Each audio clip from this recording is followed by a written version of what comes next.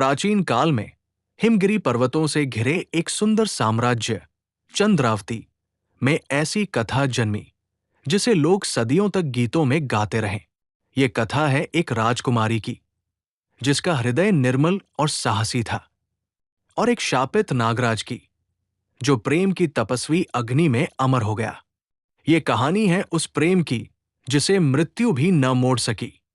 अध्याय एक राजकुमारी अन्विता का जन्म। चंद्रावती राज्य जितना विशाल था उतना ही शांत और समृद्ध भी। महाराज भीमकेतु और महारानी देवसरा की एक ही संतान थी, राजकुमारी अन्विता। जन्म से ही अन्विता अपनी सुंदरता, बुद्धिमत्ता और करुणा के लिए प्रसिद्ध थी। उसकी आंखें गहरी, तारों जैसी चमकती थी और स्वभाव इतना सरल कि राज्य के साधारण लोग भी उससे खुलकर बात कर लेते। राजसभा में बैठे मंत्री कहते, राजकुमारी अन्विता केवल राजघराने की बेटी नहीं, प्रकृति का वरदान है। अन्विता अक्सर महल से बाहर निकल जंगलों की ओर चली जाती। उसे पक्षियों की भाषा समझना, फूलों से मित्रता करना और नदी की लहरों में खेलना पसंद था। पर उसे पता नहीं था कि जंगल की छाया में एक नियति उसकी राह देख रही है। अध्याय 2 शापित नागराज। अर्णव जंगल के मध्य एक विशाल प्राचीन वृक्ष था, नागवृक्ष।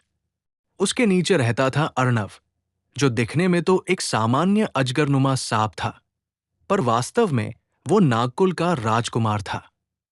बहुत समय पहले अर्णव पर एक भयानक शाप लगा था। शाप की कहानी अर्णव बचपन से ही विद्वान और साहसी था, लेकिन उस दिन उसने एक भूल कर दी। उसने गलती से एक वृद्ध ऋषि के ध्यान को भंग कर दिया।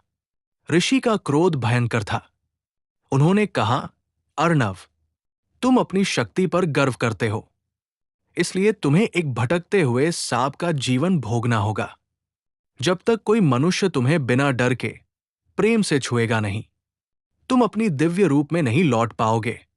और शाप सच हो गया। अर्णव मनुष्य रूप में लौट सकता था, पर केवल रात में, चांद की रोशनी में, वो भी कुछ क्षणों के लिए। दिन भर वो एक सामान्य सांप था, अकेला, तड़पता हुआ, प्रेम की एक बूंद के लिए तरसता हुआ। अध्याय 3 पहली मुलाकात। एक दिन राजकुमारी अन्विता जंगल में घूम रही थी। सूरज ढल रहा था, पत्तियों पर ओस चमकने लगी थी। तभी उसे हल्की सी सरसराहट सुनाई दी। उसने पीछे मुड़कर देखा। एक लंबा, चमकीली काली त्वचा वाला सांप जमीन पर तड़प रहा था। उसके शरीर पर घाव थे। अन्विता का हृदय पसीज गया। अरे, तुम्हें चोट लगी है? वो बोली। सांप ने आंखें उठाई। उसकी आंखों में दर्द था, पर साथ ही एक अजीब सी चमक, जैसे वो इस लड़की को पहचाने। अन्विता बिना डरे उसके पास बैठ गई, काई के पत्तों की पट्टी बनाई और उसके घाव पर लगा दी। किसी मनुष्य ने पहली बार अर्णव को डर के बिना दया और प्रेम से छुआ था। शाप हल्का कांपा, लेकिन टूटा नहीं। अर्णव ने अपनी आंखें बंद कर ली। अन्विता ने उसके सिर पर हाथ फेरा। तुम अब मेरे दोस्त हो, उसने कहा। उस दिन से अन्विता रोज शाम को जंगल जाती और अर्णव से बातें करती, उसे फल खिलाती, कहानियां सुनाती। पर वो नहीं जानती थी कि रात का अंधेरा आते ही ये सांप किसी और रूप में बदल जाता है। अध्याय 4 चांदनी रात में। सत्य एक रात, पूर्ण चंद्र की रोशनी थी। अन्विता जंगल में देर तक बैठी रही। अर्णव पेड़ के नीचे लेटा था। जैसे ही चांद पूरा निकला, उसके शरीर में एक हलचल होने लगी। उसकी त्वचा चमकने लगी और अचानक वो एक सुंदर, दिव्य पुरुष बन गया। अन्विता चौंक गई और उसकी आंखें फैल गई। तुम कौन हो? पुरुष बोला, मैं अर्णव हूं, वही जिसे तुमने उपचार दिया है। लेकिन मेरा ये रूप केवल रात का है। दिन में मैं फिर सांप बन जाता हूं। मैं शापित हूं। राजकुमारी अन्विता की सांसें अटक गई। उसके सामने खड़ा युवक इतना सुंदर था कि जैसे चंद्रमा का पुत्र हो। उसकी आंखों में शताब्दियों का दुख और एक पल में पिघलती खुशी थी। मैं झूठ नहीं बोलूंगा, अर्णव बोला। तुम्हारी दया ने मेरे हृदय पर कब्जा कर लिया है। मैं तुमसे प्रेम करने लगा हूं। अन्विता का दिल तेज धड़कने लगा। वो सोच भी नहीं पाई कि ये कैसा प्रेम है, मनुष्य और नाग का। पर उसकी आंखें सच्चाई जान चुकी थी। अर्णव, मैं भी तुम्हें खोना नहीं चाहती, उसने धीमे से कहा। उस रात से उनका प्रेम जन्मा। चांदनी में मिलना, बातें करना, सपने देखना, और ये प्रेम धीरे धीरे गहरा होता गया। अध्याय 5। राजमहल में हलचल पर सुख अधिक समय तक छिप नहीं सकता। एक दिन महाराज को यह पता चला कि राजकुमारी रात को जंगल में किसी से मिलने जाती है। राजकुमारी का सुरक्षा खतरे में है। सम्राट गरजे। उन्होंने सैनिकों को आदेश दिया, जंगल को चारों दिशाओं से घेर लो। जो भी जीव जंतु राजकुमारी के पास आता दिखे, पकड़ लो। अन्विता भयभीत हो गई। अर्णव को बताया तो वह मुस्कुराया। मैं डरता नहीं, लेकिन तुम्हें कोई तकलीफ ना आए, यही चाहता हूं। उनका प्रेम अब खतरे में था। अध्याय 6। सैनिकों का हमला। एक शाम, जब अर्णव सांप के रूप में था, राजकुमारी उससे मिलने आई। तभी सैनिकों ने हमला कर दिया। सांप, दूर हट जाओ राजकुमारी से, अन्विता चिल्लाई। नहीं, ये मेरा मित्र है। पर सैनिकों ने तीर चलाए। एक तीर अर्णव के शरीर में धंस गया। वो तड़प उठा। अगला क्षण अर्णव क्रोध में नागरूप से मानव रूप में बदल गया। सैनिक स्तब्ध रह गए। ये राक्षस है, मार दो इसे, मुख्य सैनिक बोला। अन्विता बीच में कूद पड़ी। ये राक्षस नहीं, नागराज है, और मेरा प्रेम है। सैनिक हतप्रभ रह गए। राजमहल में हलचल मच गई।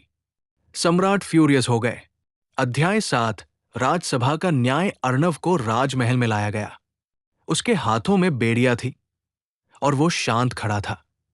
राजा गरजे, तुमने मेरी बेटी को मोहित किया है। अर्णव बोला, मैंने केवल प्रेम किया है महाराज, मोहित नहीं। अन्विता भी सभा में आई। पिताजी, अर्णव बुरा नहीं है, ये शापित है, इसे हमारी मदद चाहिए।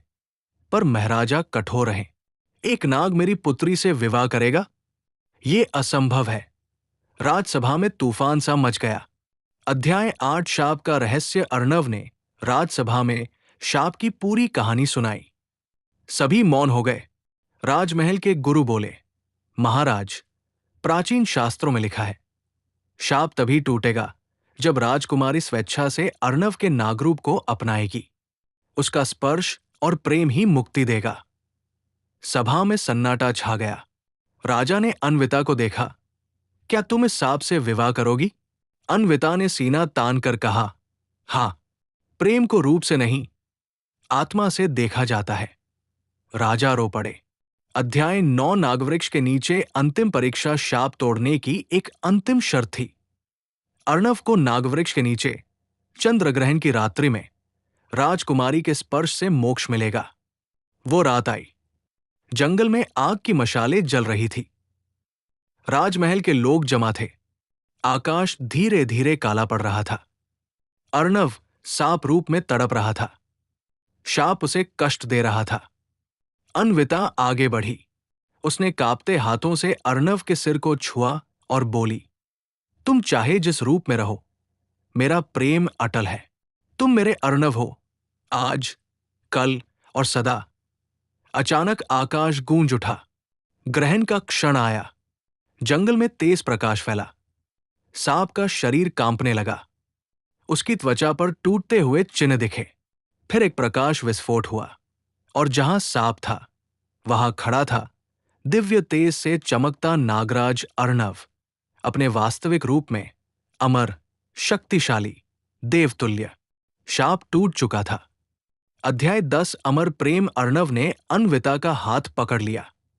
उसने कहा, अब मैं नागलोक और मानवलोक दोनों का रक्षक बनूंगा, और तुम मेरी रानी बनोगी।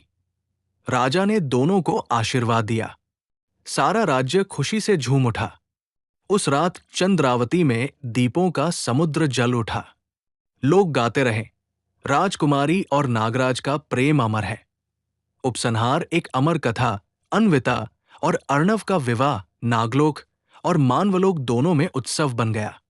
कहा जाता है कि उनका प्रेम इतना पवित्र था कि देवताओं ने उसे अमरत्व प्रदान किया। आज भी लोग चंद्रावती के जंगल में जाते हैं तो नागवृक्ष के नीचे एक दिव्य आभा महसूस करते हैं, जैसे दो आत्माएं एक दूसरे का हाथ थामे अब भी मुस्कुरा रही हों। उनका प्रेम शापित था, पर फिर भी अमर बन गया।